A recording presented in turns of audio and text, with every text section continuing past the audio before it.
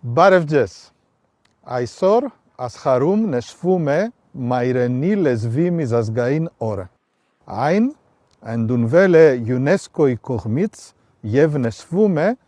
2000 թվականի փետրվարի 21-ից։ Մայրենի լեզվի միջազգային օրը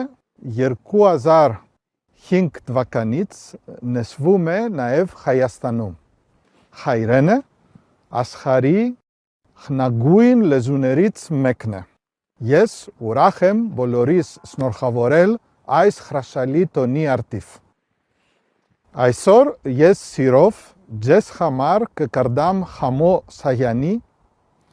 «Գարունդ հայերեն է գալիս» բանաստեղծությունից հատվածներ։ Գարունդ հայերեն է գալիս,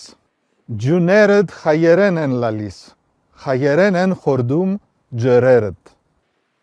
Արևդ հայերեն է ցագում, ծառերդ հայերեն են ծաղկում, հայերեն են պայթում բարերդ։ Թող Աստված եղածը պահի,